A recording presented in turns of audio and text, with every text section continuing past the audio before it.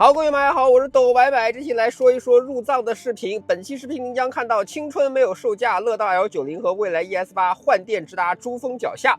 我在318上被人撞了，在318上又开得太快爆胎了，甚至还在珠峰大本营扎了钉子。这一趟行程真的是满满当当，一起聊一聊吧。青春没有售价，单车直达拉萨，每个年轻人都听过这句话。国道318又称沪聂线，始于上海的人民广场，终于聂拉木，全长5476公里。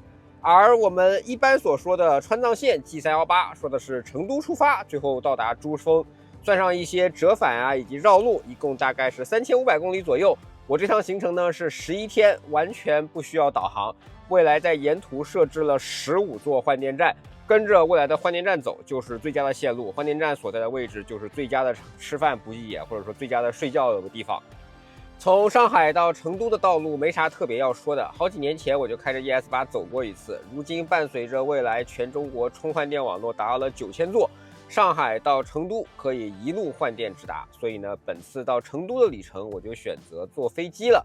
上海虹桥的 T2 航站楼56号登机口附近就有一个给蔚来车主准备的休息室，需要呢你提前在 App 上预约。门口呢，我去的时候还是一台老的 ES8， 这两天看新闻已经换成了全新的地平线版的 ET9 了。虽然呢我是坐商务舱的，但是我也愿意来这里休息一下，因为第一个更加安静，第二个位置会更加舒服一些，并且景观其实也不错，偶尔能看到很多国航的747啊。希望门口这台 ET9 能给一些对未来不熟悉的你感受到一些惊喜。上海呢飞成都天府，天府机场是我第一次去，飞行距离不远，但是天府机场离市区远啊。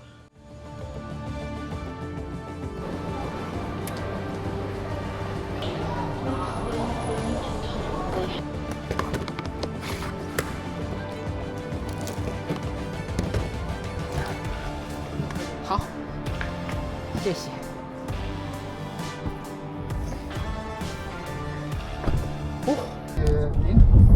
4月份吧，应该自己开了ET9去了那个西藏啊，对呀，哇，您看过呢，厉害厉害厉害！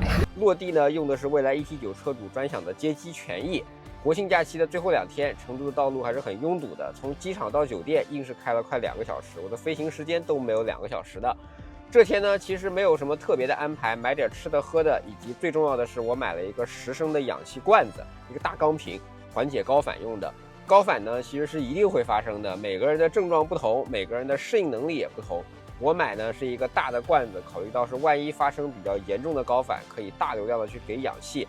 那种吸入式的小罐子，据我半年前去的经验来看，多半是心理安慰，用处不大，所以就不买了。第2天呢，我介绍了我本次的旅游搭子陈涵和他的摄影师小陈老师呢，和我计划这趟出门得有2个月时间了，大家各自的去对自己的行程，总算是凑到一起了。与我这种出门必须要住酒店的人不同，小陈老师本身是露营达人，所以他带的行李着实不少呀。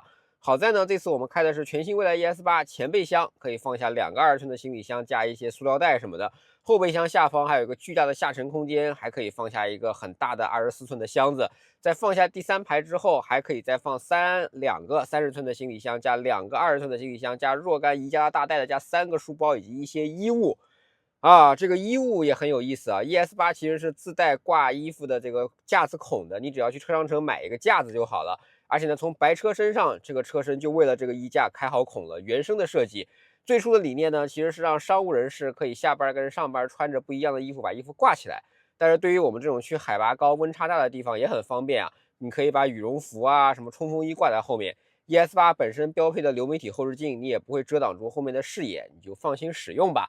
好了，装载完行李完毕之后，算是正式出发318了。第一站天泉服务区，每个人应该都从这儿出发吧？雅叶高速叶城方向的服务区，这是一个相当网红的服务区，地面上有一个巨大的318标牌。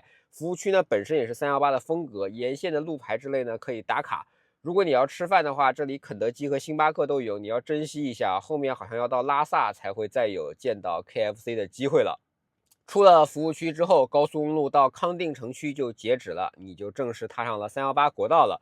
这个时候呢，我们每个人还很高兴啊，毕竟呢都是高速公路，而且好走好开。很快呢就到达了进藏的第一个难点折多山。目前呢，折多山正在修隧道，预计可能1、2年就通车了吧。目前车辆仍然需要翻山而过。3月份我开 ET9来这的时候在下雪，封路还封了1天呢。因此呢，这里在冬天经常成为堵车点。但是今天天气很好，爬上了垭口4298米，这里有一个停车场加纪念碑的。小陈老师呢是第1次来，决定去拍个照。我已经是第2次了，而且我知道后面西藏部分会更加壮丽，就没下车。不出意外就要出意外了，一台皮卡车以迅雷不及掩耳盗铃响当当之势，直接就给我们撞了。当时呢，我坐在车辆的第2排，吃着火锅，唱着歌，等着小陈老师，看着他撞上来，给我吓一跳。你看我穿着短袖就下车了，赶紧先取证、拍照、拍视频。还好呢，对方司机人还行，知道确实是自己犯了错，也很客气。然后呢，他也买了保险，所以接下来的事情就是处理事故呗。他报过保险了，然后我们出个简易单就完事了，我们就直接去定损吧，然后让售后，这样简单是吧？车牌我都拍过了，问题不大。好的，问题不大。素材量好大。事故的责任也很明确，对方全责，然后呢他自己也认，于是我拨打122报警了。警察告知，如果没有人受伤的话，直接去折多山的警务站处理。处理呢，事故也很简单啊。我第1次在停车场出事故，双方各自写一张事故说明，写的是一致的，然后摁个手印，警察叔叔打印一张事故说明，然后盖章。难就难在这个盖章，折多山警务站没有这个公章，需要回康定去盖。哎呀，这可折腾死我们了！为了这个章，我们又下了折多山返回康定，所以一来一回3个小时就没有了。盖好章了，这样我们就可以自己找保险公司定损修车了。啊！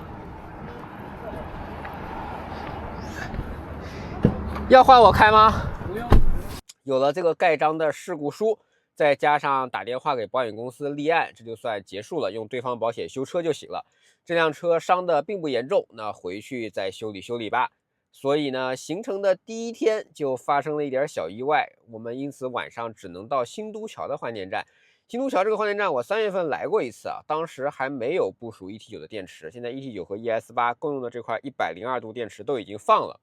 在我们拍摄视频的这段时间里呢，先后大概有4、5台车完成了换电，效率确实比超充要快多了。当然了，全新 ES8 ET9 也支持高达5C 的快充架构能力，只是再快的快充都没有办法和换电比而已。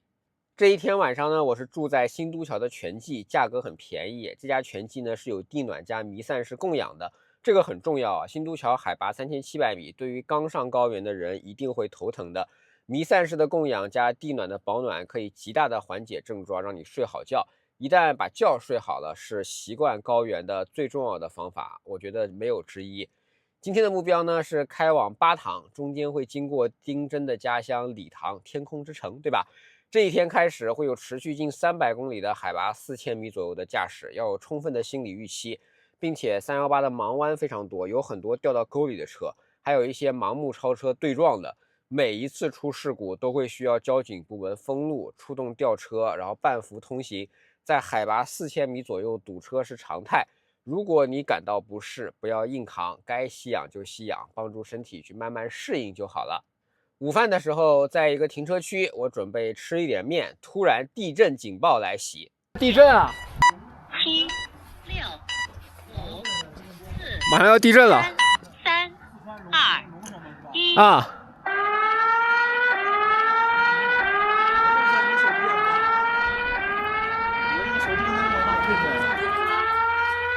地震波。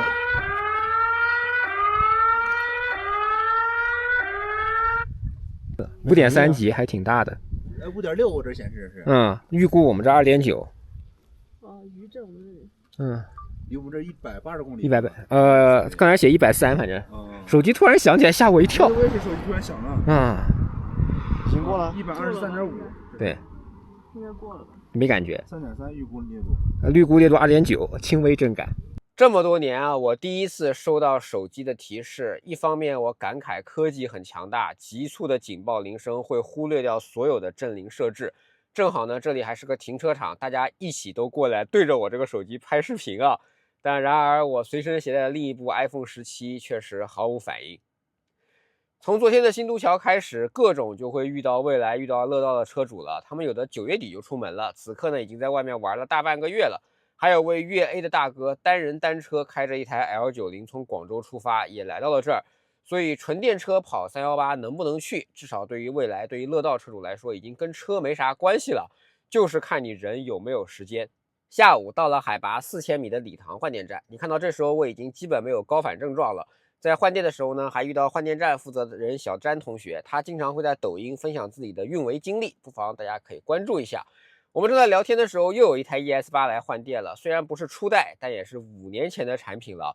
得益于换电技术，即使是老款蔚来，即使是最费电的 ES8 车型，也能轻松自在的走318。同年别的电车可能今天都在焦虑电池衰减，可能都在焦虑还敢不敢开。这就是换电体系对于车辆的长期价值。继续向前，路过姊妹湖，这个季节没有下雪的时候非常好看。小陈老师下去拍湖了。在高原 ES8 签名版，它标配的这块后排变色玻璃很好用哦，隔热隔光，而且外面完全不透光，里面呢看外面又很清晰，特别适合 VIP 坐在车里的时候后场休息。今天呢晚上住巴塘全季，价格非常便宜，巴塘的海拔2700米，并且无需供氧。小陈老师呢选择了露营 ，ES8 的前排枕头拔掉之后，可以跟后排形成一个连床，配合充气床垫的找平，在车里呢也能睡得很不错。从全季出来不到半个小时，就是另外一座换电站了，巴塘竹巴龙服务区。今年3月我开 ET9，其实也来过这里。这个服务区的地方很大，也有很多人露营。我们在换电的时候，隔壁大哥全程围观，看到3分09秒搞定，不得不又发出了真是方便的感慨。走了，3分09.99秒，还挺快的，真准时，3分钟搞定。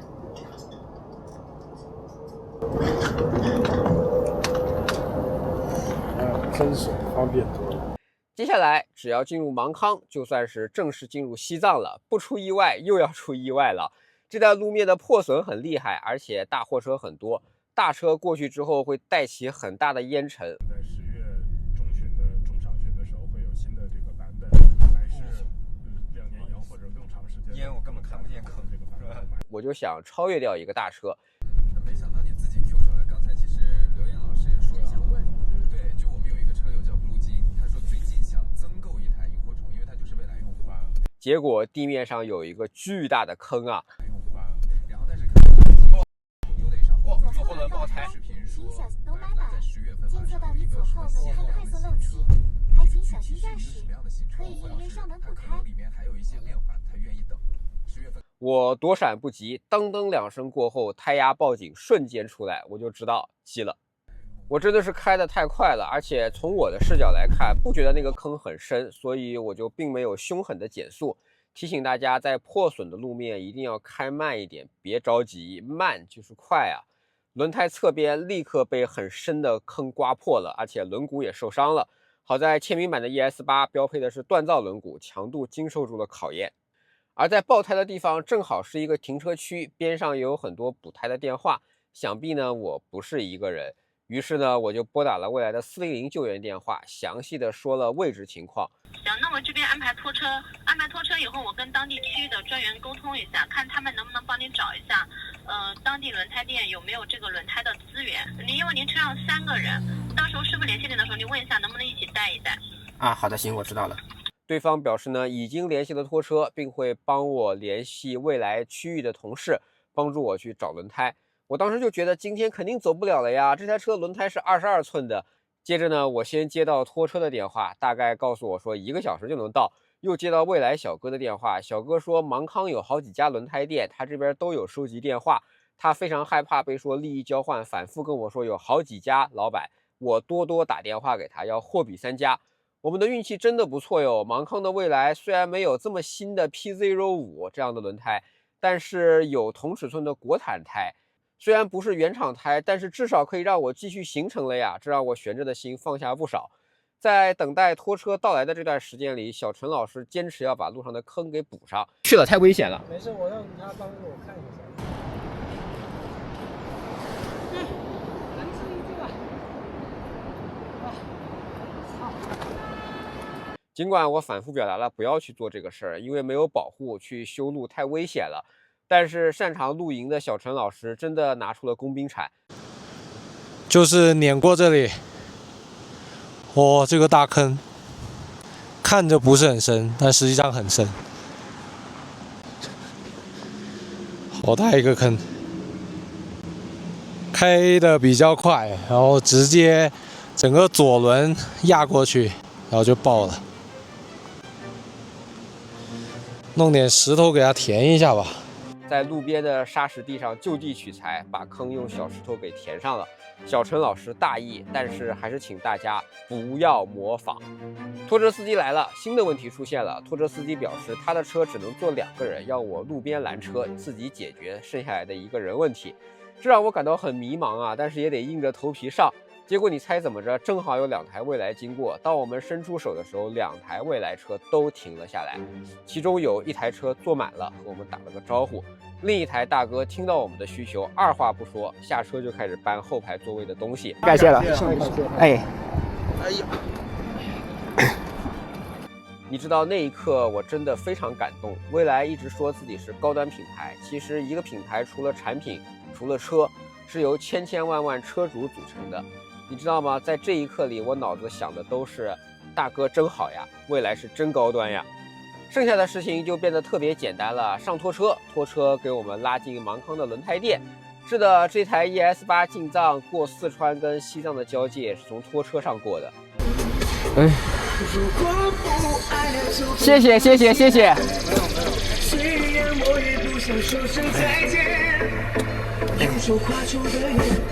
拉着大哥们中午一块吃个饭吧。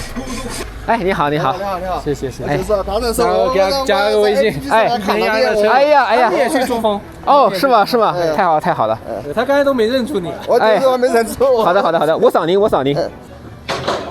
好，谢谢，谢谢，谢谢大哥，太感谢了，太感谢了，太感谢了。到了轮胎店，老板其实人也不错，之前电话联系过的就一直在等我，麻溜的给我换好了轮胎，并且把每个轮胎都打好了扭矩，重新给每个车辆检查了胎压。然后还送了我一瓶玻璃水，老板做的真的不错啊。换胎的时候呢，我也得以看到全新 ES8 的这套悬架用料做的其实也很好。来，这里车正好已经卸下来了，可以来看看 ES8 了。看看铝的，这个摆臂是铝的哦。那螺栓是铁的，能吸住。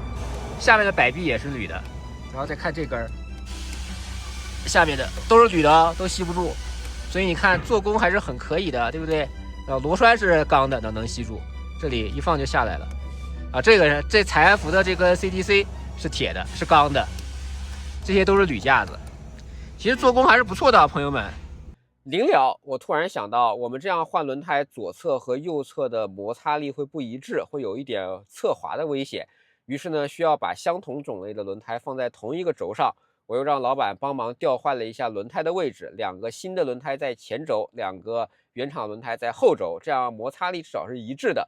蔚来 ES8 里面的胎压传感器是一个高级货，不仅爆胎之后响应速度极快，几乎可以做到瞬间报警，官方数据应该是400毫秒，也会识别自己所在的相对位置，所以哪怕我轮胎进行调换了，不需要额外设置的。在这些看不见的地方，其实蔚来做的一直很强大的。是的，现在回想起来，单侧2个轮胎同时爆掉，而且车速还不慢，蔚来的爆胎控制能力真的好强啊！查看行车记录仪，我几乎在爆胎的瞬间就看到了爆胎提醒，然后没有感受到任何方向变化的异样，轻松稳定的就把车辆靠边了。回望这次意外，410电话喊拖车，小哥帮忙提供轮胎信息，好大哥在路上搭救我们，全程换电无里程焦虑，一台爆胎就瞬间提醒，不跑偏受控的好车。这里面任何少一点，我们今天的行程都会难许多倍哦。接下来的路程就有一点一朝被蛇咬10年怕井绳的意思了，我们开的极为谨慎，慢就是快，然后就是长达2小时的堵车。这里海拔将近4000米，前面如美的海拔低，但是我们被堵在了这路上，堵了有2个小时了。风景嘛是真的还不错啦。原地直接看电动知识大鱼老师的视频了。题外话，大鱼老师的 AD 视频是我认为国内做的最好的智能驾驶系列视频，欢迎大家观看。大鱼老师看到这段视频的时候，记得给我打钱哦。今天呢，还会经过318全程最高的垭口东达山垭口，海拔5130米。318沿线这里就是最高的海拔了，不过后面进藏去珠峰5000多米附近多的是啊。但是这里海拔最高，所以呢有了一个观景台，有了一个碑，你还可以呢在这拍拍照片。原本计划下午到的左贡换电站，因为换胎加堵车，最终呢也在晚上才到。到达的这家酒店叫悦西，应该是当地比较不错的一个酒店了。这家酒店有未来换电站，有充电桩，隔壁呢也有理想的充电桩。反正318开纯电车出行真的没啥难度。我们在左贡的悦西度假酒店，这里有一个未来换电站，我今晚就住这儿了。不为什么，就是因为他在这建了个换电站，我觉得他干得好，很有远见。我今晚就决定住这儿了。看看这里有粤 A 的未来，有我们。这里有 ES6， 哇塞，那边有老八，前面还有乐道，真好呀，朋友们！新能源的未来就长这样啊！当天我住在左贡的酒店，小陈老师露营感冒了，整个上午都状态萎靡在睡觉，所以开车的重任又落到我这里了。先在酒店门口换个电，出左贡过邦达村，就是大名鼎鼎的怒江72拐。在进入72拐之前，会有一段铺装非常好的路面，还有观景台，好好珍惜吧，好好跟72拐拍拍照片吧。接下来就是整个全程路面第2差的72拐啦。72拐从海拔4000米的叶拉山垭口直接下降到2700米左右的怒江峡谷，全是回头关，路面状况非常差，两头大货车多，大货车一多就互要停车互相错车，行驶就慢，灰尘巨大。还好我们的车身密闭性比较好，加上开内循环，确实一点烟尘都感受不到，就是车外比较脏。到了怒江峡谷之后，这里有2个地方值得慢一点。第一个呢是怒江大桥，值得向建设者致敬，应当鸣笛，但是现在不好停车了。第二个呢就是被称作老虎嘴的地方，这里会经常堵车的，跟对向的车经常会出现错车困难的。我们亲眼见到了4.2米的货车，它的后箱板如何极限的通过的。哇哦，就是这里，我操！你醒了，你在关键的时候醒了。我操，他这个会刮到吧？哇，这么极限的吗？哇，这么极限的吗？哇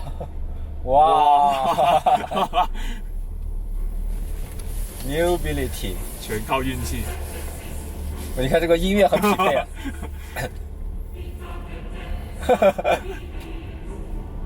未来在318上的换电站，在左贡之后就不再是从东往西走318运输了，因为就在这里过不去，所以设备要绕行青藏线到拉萨，反向走318部署。这一绕物流里程多了2000公里，非常不容易，所以搞基建的企业真的要尊重。未来有一个系列纪录片，说了如何建设318换电站的，希望大家能有机会去看一看，去斌哥的微博账号里搜一搜都能看到。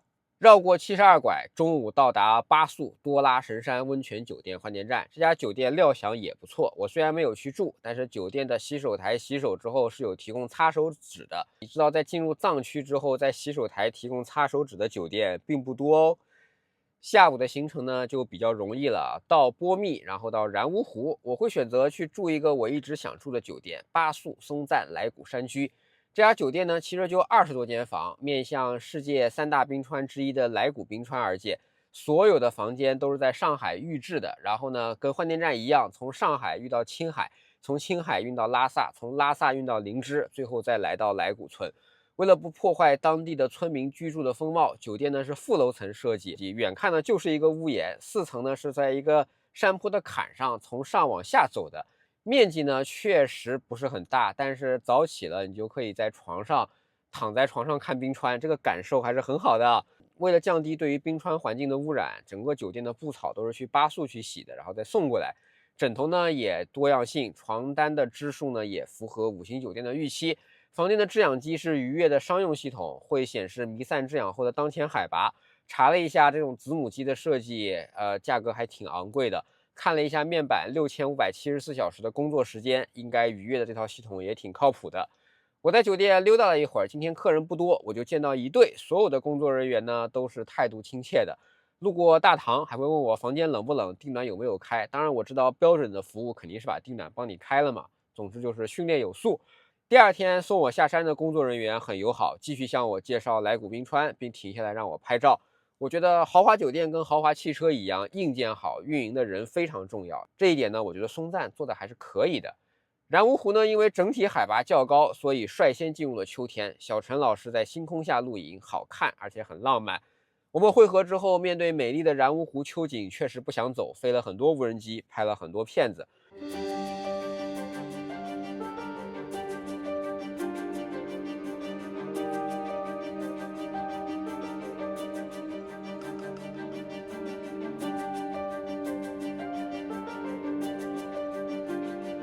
如果你不赶时间，其实可以多待一些日子的。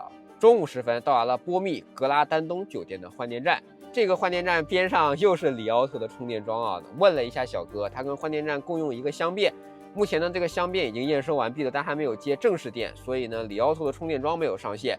但是未来的换电站就通过接临时用电的方式已经上线了，并且派了一个小哥在这驻守。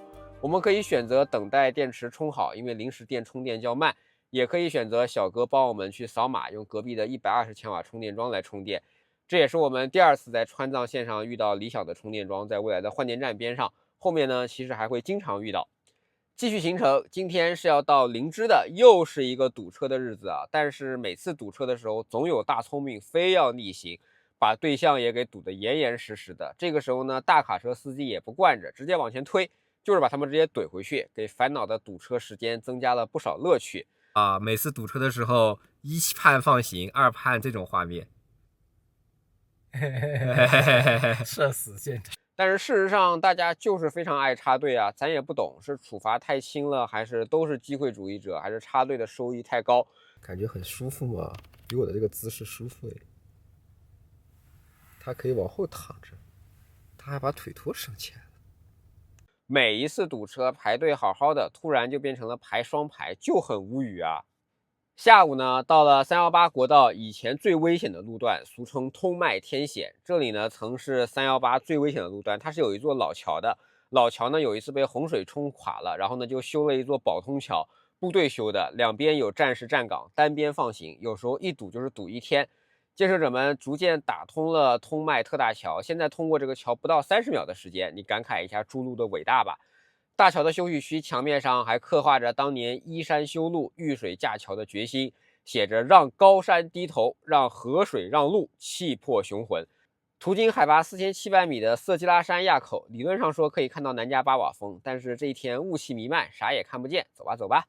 这一天呢，就是赶路的一天啊！终于在晚上到了林芝。林芝呢，绝对是大城市了。我们好几天都没有遇到过红绿灯了，在林芝，好多红绿灯啊！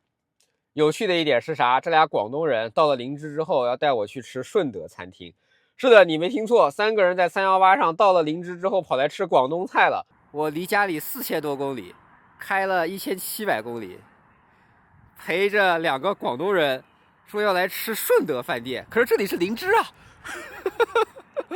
但是这是真广东师傅做的饭，真的挺好吃。真是饿了呀，点这么多啊！没事，没关系，挺好的。因为林芝其实有大量广东的原件，所以这里广东人应该还挺多的。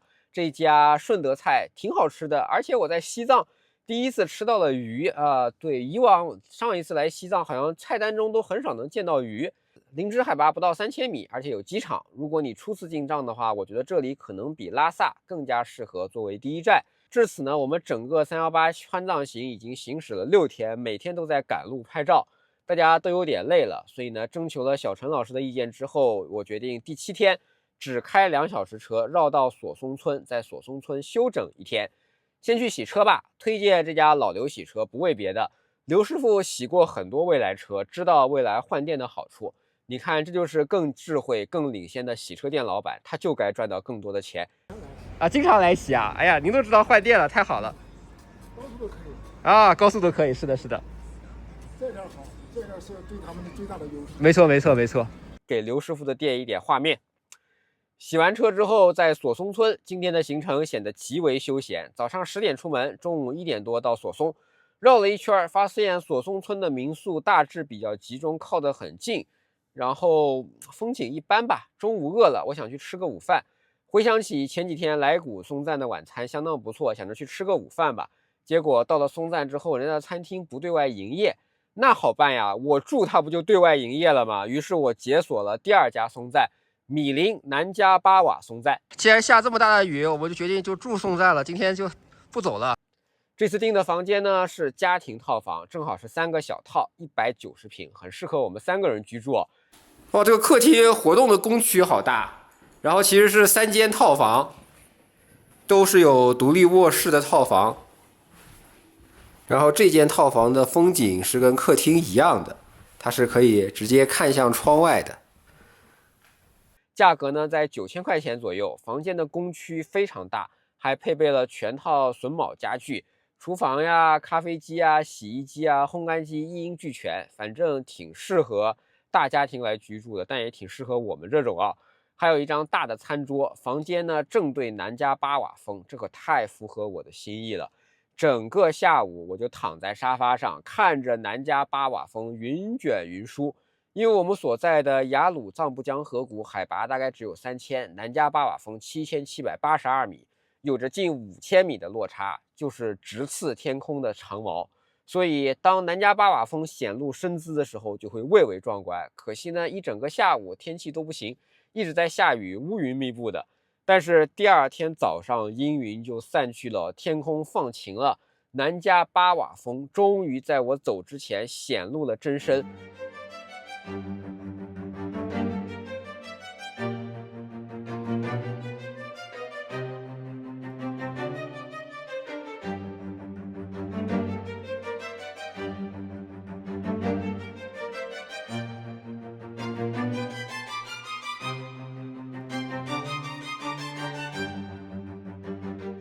所谓10人9不遇，他们让我遇到了，真好呀！多谢多谢，我还会再来的。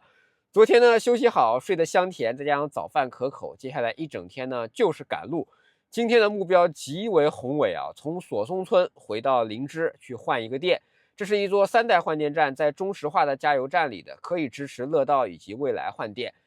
沿着高速公路直奔拉萨。是的，林芝到拉萨之间是有高速公路的，免费，而且路况极好。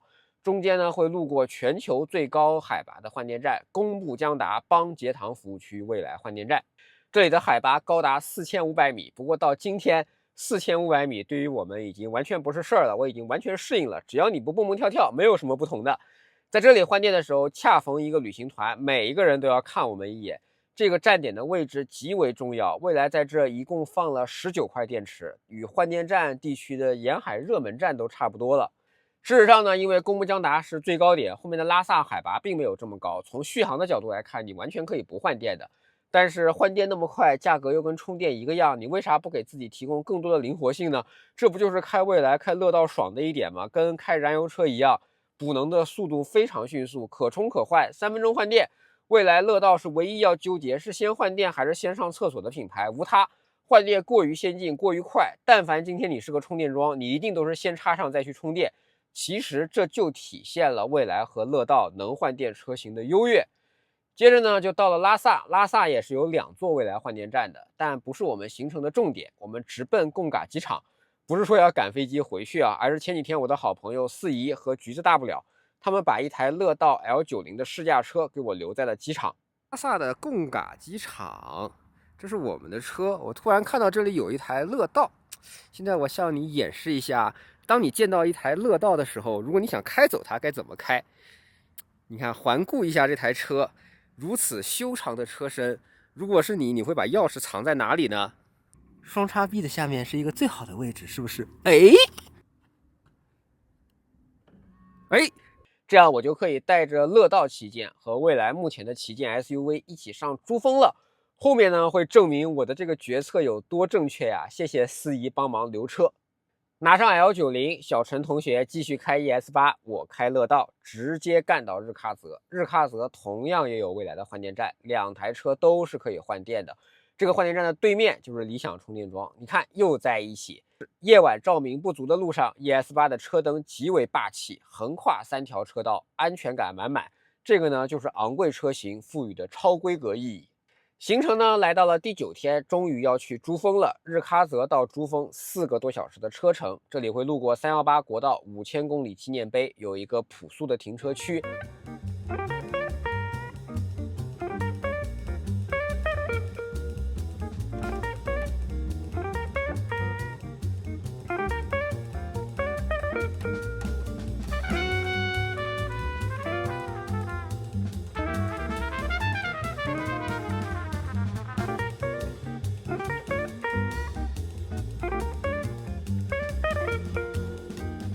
不妨停一下，5000公里，很多国家的国境线都没有这么长。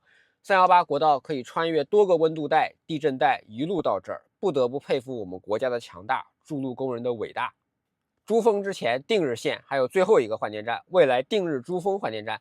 至此，我们打卡了未来318川藏线15座换电站中的11座，缺少的是雅安的2座和拉萨的2座，因为续航真的够，可以不换。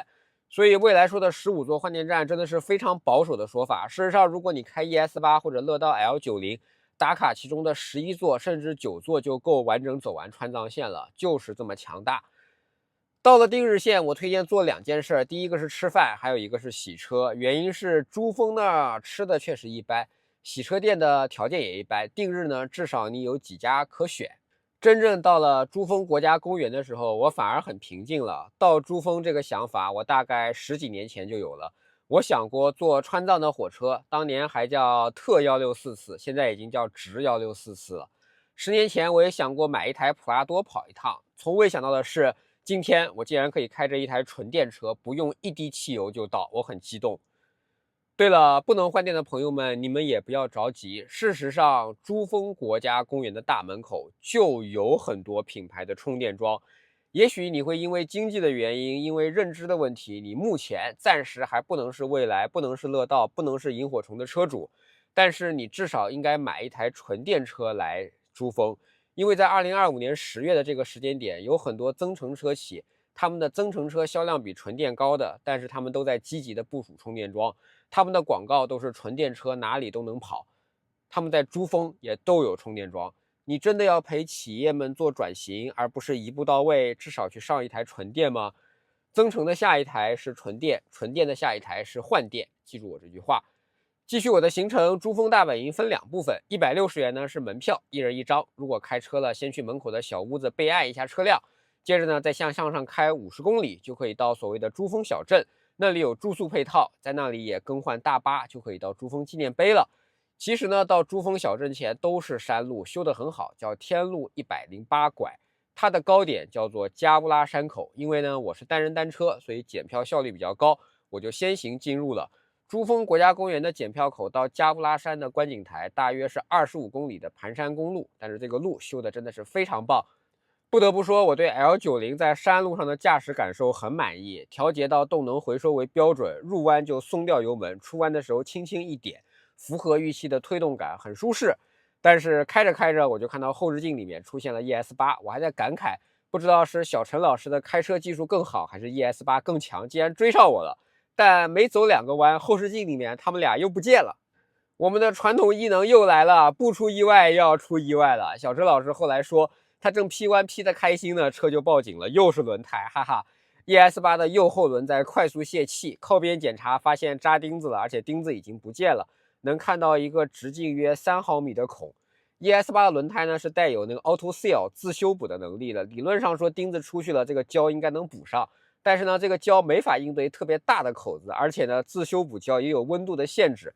那天呢珠峰比较冷，所以那个胶呢最终就没补上啊，钉子可能被劈弯的时候磨着磨着就磨掉了，于是呢就又漏气了。为什么会呈现这样的情况呢？因为刚才我先上来，陈涵在后面开着 ES8， 然后他就右后轮扎胎了，扎钉子了，废了，所以现在我下来把他们救上去，等会儿拖车司机还要再过一会儿才能到。总之呢就是又扎钉子了，这回轻车熟路有没有？打410电话叫蔚来救援，蔚来 call 拖车司机，拖车司机 call 我们说你们在珠峰啊，那得4个小时才能到啊，至少要晚上8点钟才能到。看到没有？这个时候 L90 就救命了，我直接下山接上小陈老师和摄影师，车就停放在 ES8 就停放在路边了，做好保护措施，打好双闪。我们3个人直接去加乌拉山口，一点不耽误拍视频，不用摇人，不用拦车了。哎呀，真不容易啊！所以你能看到有好多 L90正对珠峰的画面。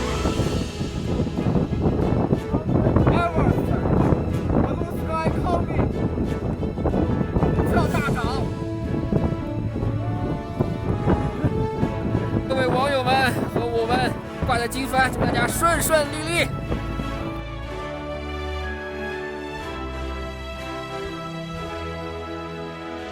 珠峰这一天也好给面子啊！第一次到就见到了非常完整的山峰，很多人到的时候都不一定能看到完整的珠峰呢。我们这一天几乎没有一点云彩遮挡，我们还看到了完整的日照金山，一直到日落之后的蓝色时间，我都坚持在拍。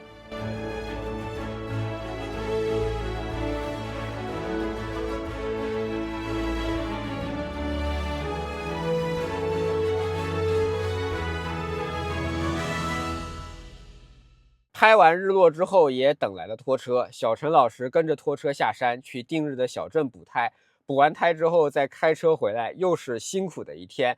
而且未来的救援打410喊来的拖车是不限里程的，就像 ES8 这次拖去补胎，在珠峰往返开了120公里，这120公里都是未来付费。大部分品牌、大部分保险公司的救援一般也就免费50公里，超出了之后要付现金给司机的，每公里10到20元不等。未来车主们就是被未来照顾得这么好，希望未来可以持续刷新交付的历史记录，有钱可以支持这样的开支，也希望真正能理解什么是高端品牌的人们，对生活有追求的人们，对原创设计有追求的人们，对先进技术有追求的人们，能更多的选择未来公司的产品。继续行程啊，次日我们就到了珠峰大本营。到珠峰大本营是要坐大巴的，现在呢已经不允许自驾了，不过允许骑自行车。所以下一次也许可以，对吧？大巴呢可以在珠峰小镇坐，也可以去维也纳国际酒店坐，也就是扎西宗镇的那家门口坐。跟前台说有几个人，前台会帮你预定大巴的。有好多家维也纳哦，只有我订的这家维也纳可以哦。回程呢也可以在酒店门口下车，所以学会了吧？珠峰大本营呢倒是一个比较简单的景点，海拔呢也就4900米左右，而且相比于几年前已经后退很多了。其实并不算高，主要呢就是那块珠峰测量的纪念碑，我觉得这是每个人都要到一下、都要拍照的地方，所以还是应该来拍照打卡完。这个回程就比较简单了，从珠峰开到定日，定日开到日喀则，这几乎需要一整个白天。如果你不赶时间的话，日喀则的亚朵酒店值得住一下，对面呢就是扎什伦布寺，步行可达。逛完扎什伦布寺2个半小时的高速就可以到拉萨贡嘎机场。这里呢有飞往全国各地的航班，我们呢也是在这里把 ES8 和乐道 L90 交给了拖车司机，由拖车司机运回给成都。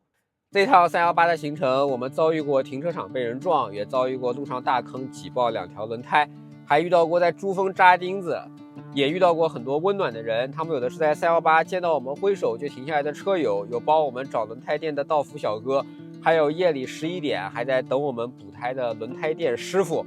还有太多台蔚来，太多台乐道车主，大家有的只是相视一过，互相闪个灯致意，还有的是在各种观景台，大家要把车停在一起，非要一起拍一张照的快乐。也住过很多酒店，不管是300块的珠峰大本营维也纳，还是9000块的米林松赞南迦巴瓦，安全舒适闭眼住，深感祖国强大，安全感真好。还遇到过太多壮丽的景色，入秋的波密一片金黄，南迦巴瓦峰真的像长矛一样直刺云霄，珠穆朗玛峰的日照金山美不胜收。未来依靠全国近9000座充换电设施，就是全国电车里车主旅行最自由的品牌，没有之一。珠峰都能去，都能一路换电去，纯电还有哪里不能走？我越发相信未来会成为这个地球上最强的车企，因为他们在用心的打磨产品，他们在提升服务，他们聚集了一批正直又热爱的车主朋友们。随着我国电动车换道先跑战略越发领先，我绝对相信这样的好产品会随着这样强大的国家走向世界，获得该有的行业地位。青春没有售价，换电直达珠峰脚下。此生必驾318，我开纯电车走完了。好了，这就是本期懂买买的视频，希望你能喜欢。如果对我视频感兴趣，不要忘记评论、收藏、订阅懂买买。买买头条、B 站、微博以及 YouTube 都有自己的账号。我们下期再见，拜拜。